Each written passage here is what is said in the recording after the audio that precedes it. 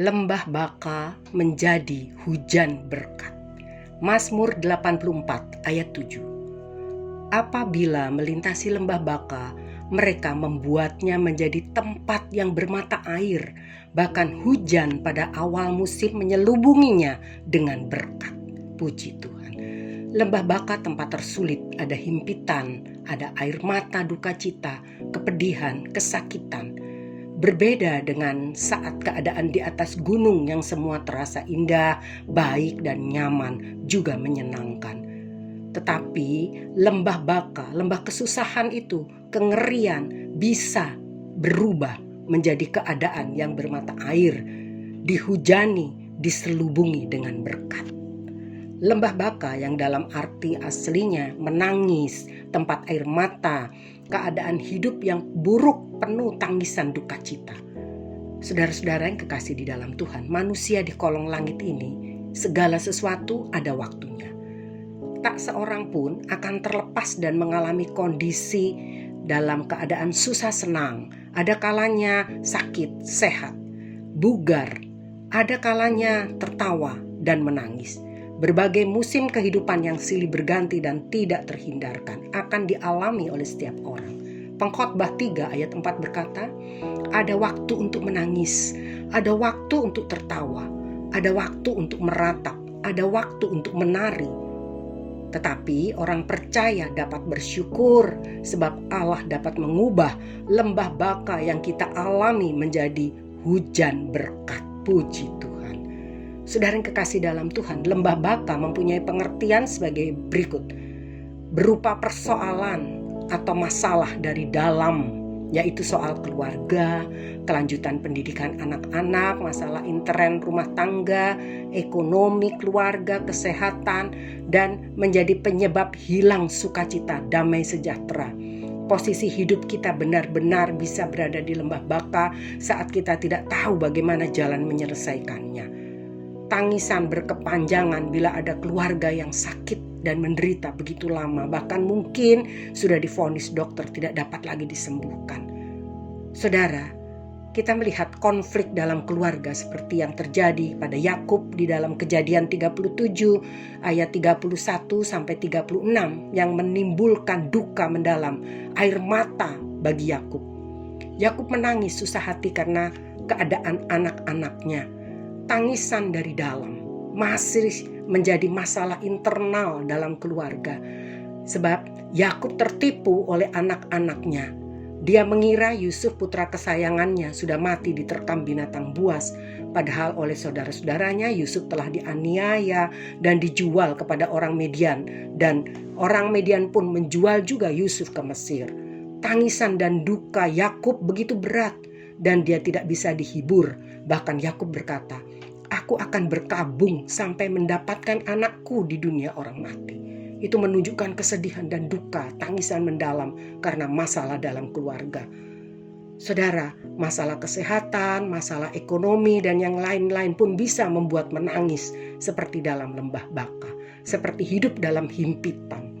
Tetapi Tuhan Allah kita yang maha besar dan berkuasa sanggup mengubah lembah duka menjadi tempat bermata air yang membual-bual. Keadaan duka, keadaan di lembah Baka itu menjadi hujan berkat. Puji Tuhan.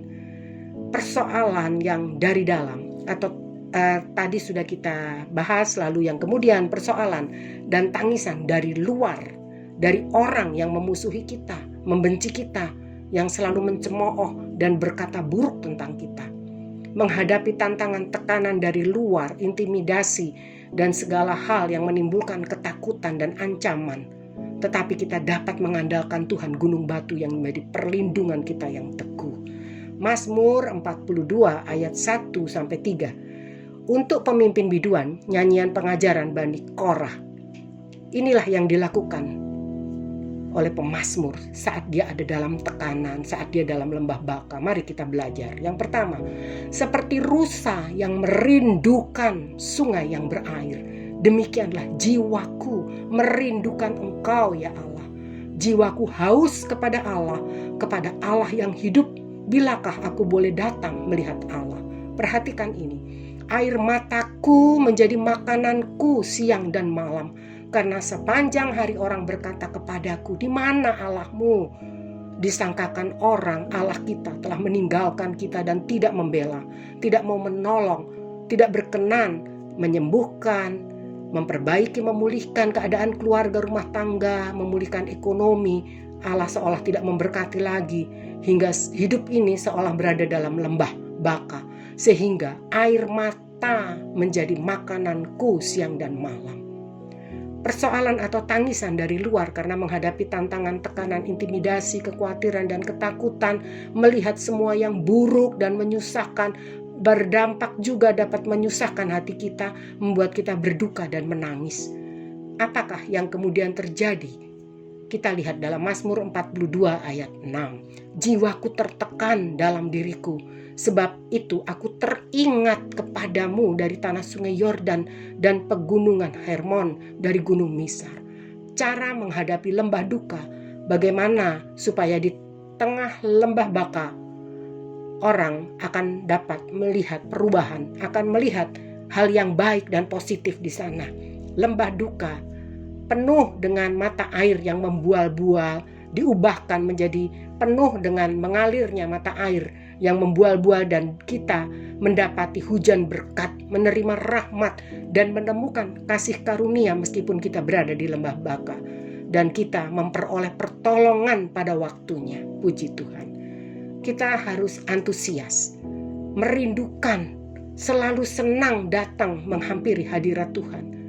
Dikatakan dalam Mazmur 84 ayat 1-2. Betapa disenangi, digemari tempat kediaman-Mu ya Allah semesta alam. Ibrani 4 ayat 16. Sebab itu marilah kita dengan penuh keberanian menghampiri tahta kasih karunia, supaya kita menerima rahmat dan menemukan kasih karunia untuk mendapat pertolongan kita pada waktunya. Amin, puji Tuhan. Jangan orang percaya tidak menyenangi atau tidak menyukai, bahkan menjauhi rumah Allah, meninggalkan persekutuan dengan Tuhan dan saudara seiman. Tetap dijaga, ada kesukaan, kesenangan datang kepada Tuhan, datang ke rumah Allah. Selalu merindukan Tuhan, berharap bertemu, bersekutu dengan Tuhan sebagai satu-satunya sumber pertolongan kita. Dalam Mazmur 84 ayat 3 dikatakan, jiwaku hancur karena merindukan pelataran-pelataran Tuhan. Hatiku dan dagingku bersorak-sorai kepada Allah yang hidup. Puji Tuhan. Inilah kerinduan roh.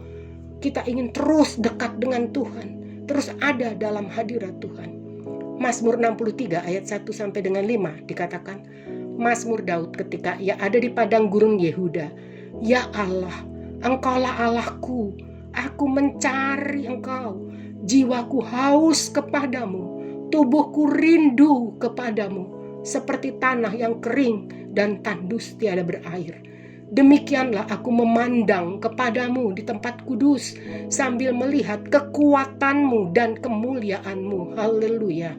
Sebab kasihmu setiamu lebih baik daripada hidup, bibirku akan memegahkan Engkau. Demikianlah aku mau memuji Engkau seumur hidupku dan menaikkan tanganku demi nama-Mu.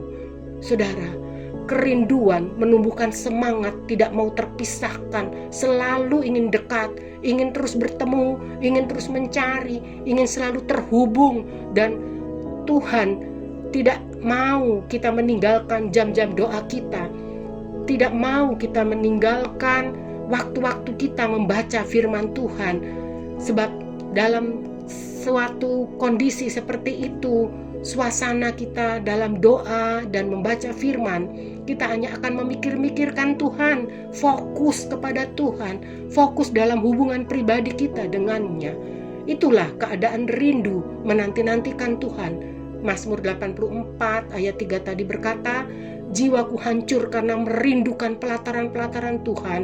Hatiku dan dagingku bersorak-sorai kepada Allah yang hidup. Dan yang berikut adalah dalam Mazmur 84 ayat 4. Suka mempersembahkan korban. Dikatakan bahkan burung pipit telah mendapat sebuah rumah dan burung layang-layang sebuah sarang, tempat menaruh anak-anaknya. Pada mezbah-mezbahmu ya Tuhan semesta alam, ya Rajaku dan Allahku. Demikian dikatakan dalam Mazmur 84 ayat 4. Itu adalah menggambarkan korban, persembahan kita kepada Allah. Saudara, pelajaran berkorban bukan melulu bagian orang kaya yang telah berkelimpahan. Bagian berkorban itu bukan hanya bagi mereka, tapi mari kita belajar dari jemaat di Makedonia yang suka berkorban meski mereka sedang berada dalam pencobaan berat, dalam berbagai penderitaan dan kemiskinan. Namun mereka menunjukkan sukacita yang meluap ketika mereka berkorban. Mereka rela memberikan persembahan bahkan melebihi dari kemampuan mereka. Dalam 2 Korintus 8 ayat 1-5 dikatakan, saudara-saudara, kami hendak memberitahukan kepada kamu tentang kasih karunia yang dianugerahkan kepada jemaat-jemaat di Makedonia. Selagi dicobai dengan berat dalam pelbagai penderitaan, sukacita mereka meluap. Dan meskipun mereka sangat miskin, namun mereka kaya dalam kemurahan. Aku bersaksi bahwa mereka telah memberikan menurut kemampuan mereka, bahkan melampaui kemampuan mereka. Dengan kerelaan sendiri mereka meminta dan mendesak kepada kami supaya mereka juga beroleh kasih karunia untuk mengambil bagian dalam pelayanan kepada orang-orang kudus. Mereka memberikan diri lebih banyak daripada kami harapkan. Mereka memberikan diri mereka pertama-tama kepada Allah, kemudian oleh karena kehendak Allah juga kepada kami. Mereka bahkan memberi diri. Artinya bukan saja persembahan materi, benda, uang, waktu, tetapi juga kemampuan, seluruh skill, segala tenaga, pikiran, ilmu barangkali, dan juga seluruh waktu dalam yang hidup mereka miliki, waktu-waktu yang mereka punyai, dan apa saja yang ada pada mereka, segala yang mereka miliki.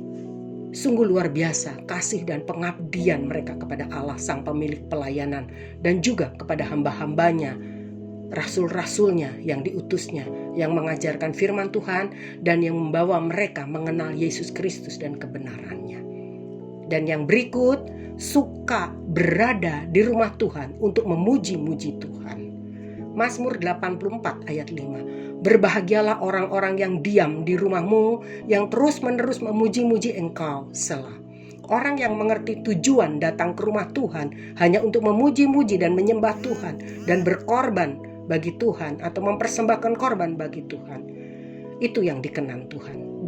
Daud berkata, hanya satu hal keinginannya, yaitu dalam Mazmur 27 ayat 4 demikian, satu hal telah ku minta kepada Tuhan, itulah yang kuingini, diam di rumah Tuhan seumur hidupku, menyaksikan kemurahan Tuhan dan menikmati bait-Nya. Sebab berbahagia orang yang diam di rumah Tuhan, yang kekuatannya di dalam Tuhan. 2 Timotius 2 ayat 1. Sebab itu, hai anakku, jadilah kuat oleh kasih karunia dalam Yesus Kristus. Orang percaya kuatnya karena kasih karunia di dalam Tuhan. Kekuatannya ada di dalam Tuhan. Amin. Sasaran hidupnya adalah Allah saja. Menghadap Allah, bertemu Allah di Sion. Sasaran dan orientasi hidupnya adalah sorga. Mazmur 84 ayat 8. Mereka berjalan makin lama makin kuat hendak menghadap Allah di Sion. Kemuliaan kekal yang menanti tidak sebanding dengan penderitaan sekarang ini. Itu sebabnya mereka mengabaikan masalah, mengabaikan kedukaan hati, mengabaikan kepedihan hati, penderitaan mereka. Sebab mereka mengerti yang mereka alami ini hanya sementara, tetapi ada kemuliaan kekal yang menanti di ujung perjalanan. Kita baca dalam 2 Korintus 4 ayat 17 sampai dengan 18. Sebab penderitaan ringan yang sekarang ini mengerjakan bagi kami kemuliaan kekal yang melebihi segala-galanya, jauh lebih besar daripada penderitaan kami. Sebab kami tidak memperhatikan yang kelihatan, melainkan yang tidak kelihatan. Karena yang kelihatan hanyalah sementara, sedangkan yang tak kelihatan adalah kekal. Puji Tuhan. Pandangan iman orang percaya kepada sorga, kekekalan, dan tidak memperhatikan, tidak mengeluh dengan penderitaan yang dialami saat ini yang tidak sebanding dengan kemuliaan kekal yang akan diterimanya yang menantinya kelak. Amin. Puji Tuhan. Tuhan Yesus memberkati kita semua. Sekali Yesus, tetap kuat di dalam Yesus. Puji Tuhan.